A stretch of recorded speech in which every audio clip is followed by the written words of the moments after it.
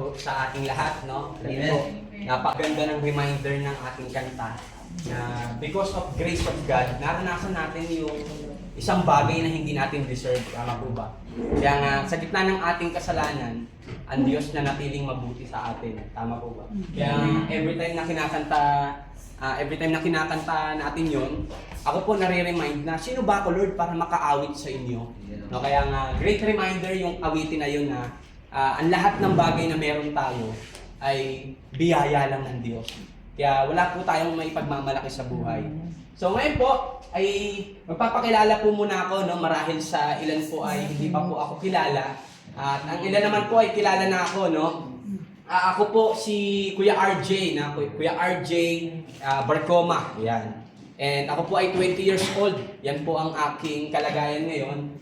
But hindi na po ako magpapakatagal pa at ibabahagi na po natin ang pinakamahalagang parte ng ating pag-aaral.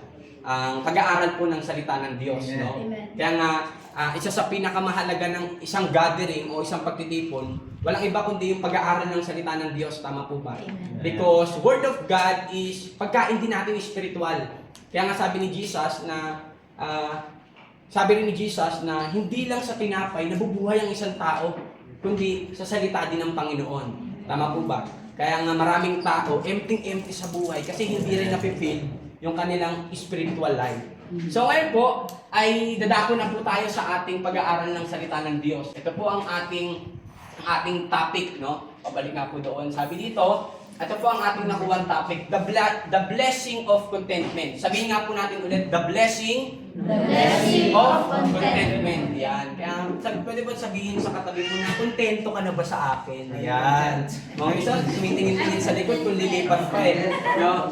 So, yan, sabihin natin na kontento ka na ba sa akin? So, tayo po, no, bakit ko po ito napili? No? Dahil ito po ay very related po sa panahon po natin ngayon. No? Bakit po? Kasi po, nasa stage po tayo ng generation ngayon na kung saan ang tao wala ng satisfaction sa buhay. Wala ng fulfillment, tama ba? Wala ng meaning. Kaya nga maraming tao, they try something in order na masatisfy sa buhay. Tama ba? Kaya nga marami akong kilala, kabataan, majority, na they try something in order lang na mapunuan ng kanilang buhay. Tulad, they try sa alak, tama po ba? They try sa bisyo, they try sa yosi, they try sa pagsama sa mga maling kaibigan, kasi nga, tingin nila doon yung magpupuno ng kanilang buhay. And wala po doon sa mga bagay na yun na mapunan po ang ating buhay. Tanging sa Diyos lang po. Amen po ba? So ngayon po, ang ating pong text na kukunin ay nasa Philippians chapter 4, verse 11 to 13. Sabi po sa verse 11, no, hindi ko sinasabi ito dahil kayo'y pinag-aanapan ko ng tulong. Para po mas maintindihan po natin yung sinasabi dito ni Paul. Ang context po kasi niyaan ay, si Paul po ay nagpapasalamat sa church ng Philippi sa pagiging generous po nila. No? Kasi sa unang verse, sa verse 10, sabi niya doon, maraming salamat o nagagalak ako sa inyong pagtulong, no? Bagamat yung pagtulong niyo ay hindi nakakaabot sa akin. Mamaya mas maiintindihan natin bakit ganon. Sinabi niya pa rito, no? Hindi ko sinasabi ito dahil kayo'y pinaghahanapan ko ng tulong. Ano yung sabi niya? Natutunan ko ang masiyahan maging sa anuman ang aking kalagayan. Imagine niyo yung principle ni Paul, no? Kaya nga, maraming Kristiyano rin na grabe yung pagtingala kay Paul dahil sa kanyang ginawa rin. No, imagine mo, kalahati or lagpas pa sa kalahati ng sulat sa New Testament ay siya po ang nagsulat, siya po ang author. No, but imagine niyo po, sabi niya, natutunan kong masiyahan maging anuman po ang aking kalagayan sa buhay. Tama po ba? Kaya nga, habang inaaral ko po ito, dito pa lang po sa verse na to, natanong ko ang aking sarili na, masaya ba ako sa kung ano yung meron ako? Yan. Kaya nga, minsan, tinignan ko nga, no? Minsan nagiging ungrateful ako sa buhay. Kasi hindi ko tinitignan yung mga maliliit na bagay. Discontento sa buhay. Kasi nga, yung hinahanap nilang contentment, wala doon sa bagay na hinahanap nila. Isa pa yan, maraming tao, hindi kontento sa buhay dahil minsan tinitignan nila yung mga bagay na wala sila. Tama ba? Wala kasi ako nito, kaya iinggit ako. Kaya nga yung inggit na yan, ano rin po yan sign of discontentment. Tama po ba? Kasi pinapakita mo na hindi ka grateful sa kung anong meron ka. Kaya nga, sa kultura ng mga Pilipino, merong ganito, merong kasabihan na, uy, huwag ka magsayang ng pagkain. Bakit? Kasi merong mga kabataan na nagugutom. Kaya nga mapalad ka, kasi nakakakain ka. Tama ba? Kaya nga maraming kabataan, lumaki ng ganun. Oo nga, no? Bless ako kasi may nakakain ako. But, imagine po natin na maraming tao hindi kontento sa buhay.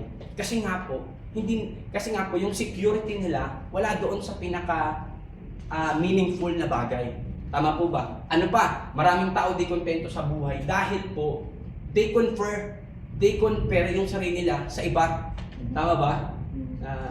Kino-compare nila yung meron sila kung ano yung meron sa iba. Kaya nga nung nagsisearch po ako, ano bang dahilan bakit ang tao hindi nakukontento sa buhay? Isa po yung isa sa pinakamataas na reason is yung pagiging comparing to others. Kaya nga, yung pagiging compare mo sa pagko-compare mo sa tao, anong nangyayari po diyan? Hindi ka nagiging grateful sa kung ano yung meron ka. Kaya nga merong istorya yan no?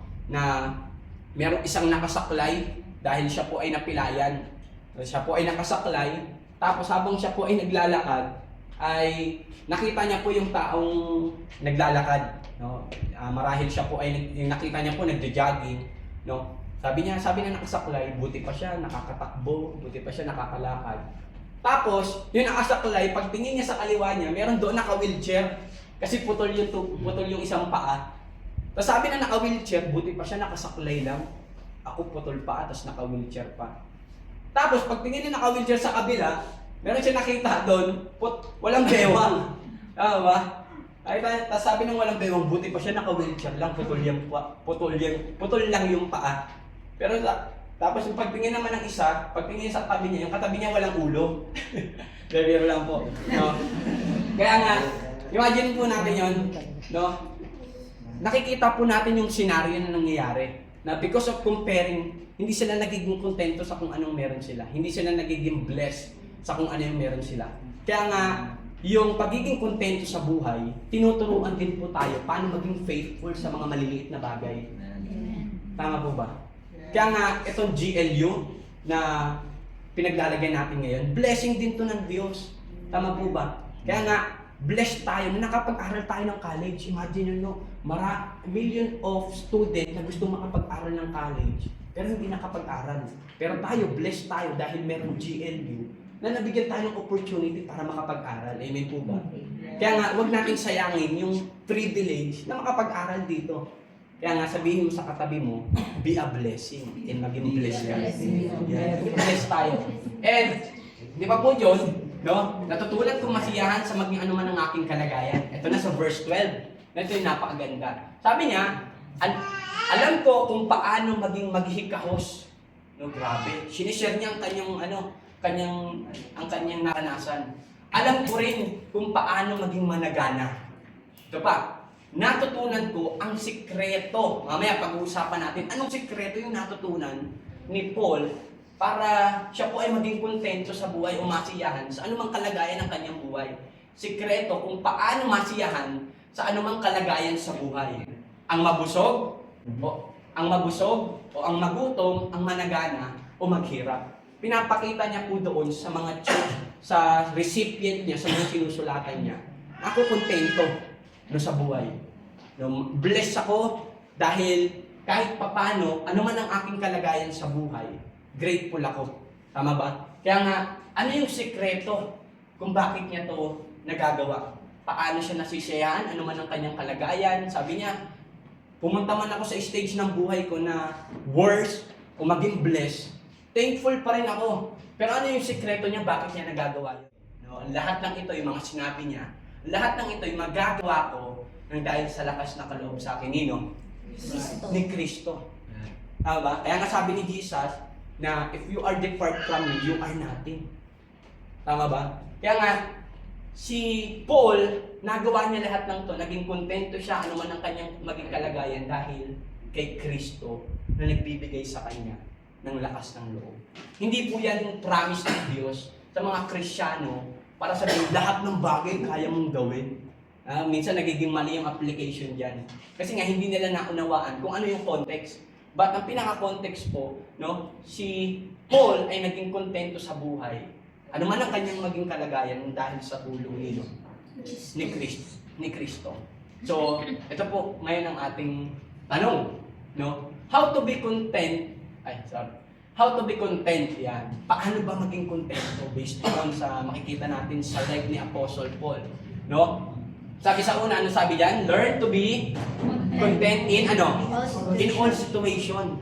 Nakita natin yung kanyang sinabi na naranasan kong maghikahos, naranasan ko ring sumagana, naranasan ko ring magutom, naranasan ko ring mawalan. Pero ano niya doon? Kontento pa rin ako. Kaya ito yung ibig sabihin niyan Paul speak from his personal hardship. No? Sinasabi niya na ito yung pinagdaanan ko, pero kontento pa rin ako. Kaya nga, yung pinaka-the best na the way na madala natin yung tao, walang iba kundi yung testimony din natin Tama ba? Kaya nga merong kasabihan na don't speak holiness kung yung holiness hindi nakikita sa buhay natin. Parang ganito. Hindi mo pwedeng sabihin sa tao na maghugas ka ng plato, ikaw nga hindi ka nakapaghugas. Tama ba? Hindi mo pwedeng sabihin sa tao na magbasa tayo ng Bible, pero sa buhay mo mismo, hindi ka nagbabasa. Tama po ba? Tawag po doon, pagkukunwari.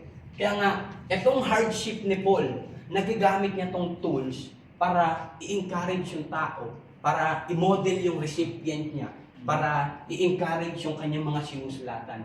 Kaya nga, nagamit niya pa ito, mababasa natin sa 2 Corinthians, no?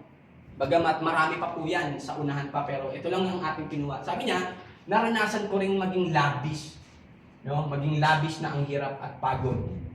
Malimit na pagpupuyat at matinding gutom at uhaw, no? Bakit nasabi doon ni Paul? At bakit ba nasabi ni Paul yun? Yung sa 2 Corinthians chapter 11. Dahil ito po ay dinedefend niya po ang kanyang pagiging apostleship, no? Ito po ay kanyang ginagamit to defend yung pagiging apostol niya. Kasi laging ang kontra sa kanya, hindi ka naman tinawag para maging apostol Kaya nga ginagamit niya, nagiging tools niya pa o nagiging evidence niya pa yung hardship niya sa buhay para para nagiging evidence niya pa yung hardship niya sa buhay para ipakita na tinawag ako ng Diyos. Tama po ba? Hindi lang po yun, nagagamit niya pa tong encouragement, no? Tools na ipakita sa kanya mga recipient na bagamat ito ang aking nararanasan, kontento ako sa buhay. Tama ba? And sinabi niya pa dito, bukod sa lahat ng ito, no?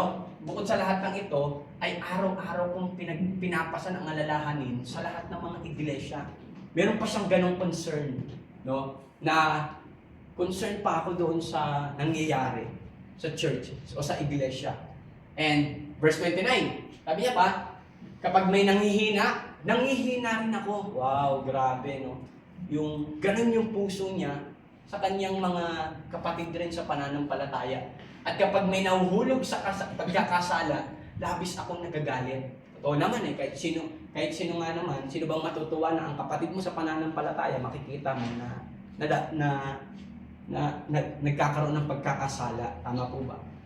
And isa po yun sa makikita natin sa life ni Apostle Paul na paano siya naging kontento sa buhay.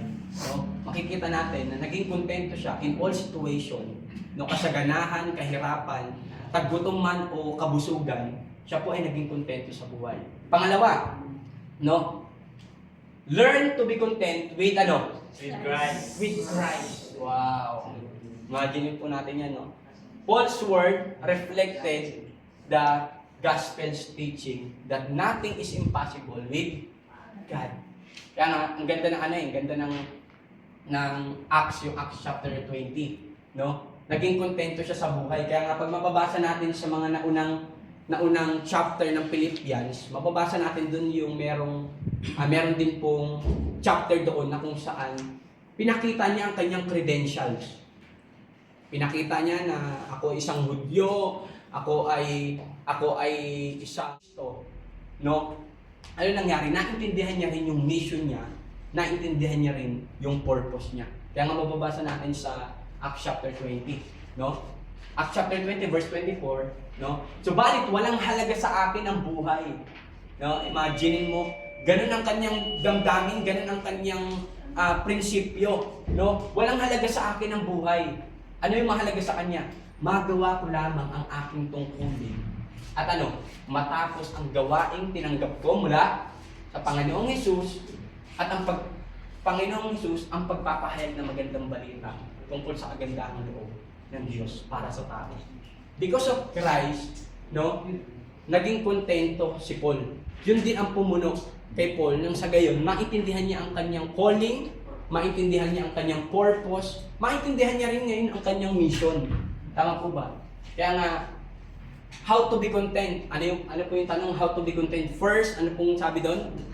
Di po, Learn to be content. learn to be content in all situation. Pangalawa, Learn to be content with others. learn to be content with Christ. Di po, maaari po ba tayong tumayo at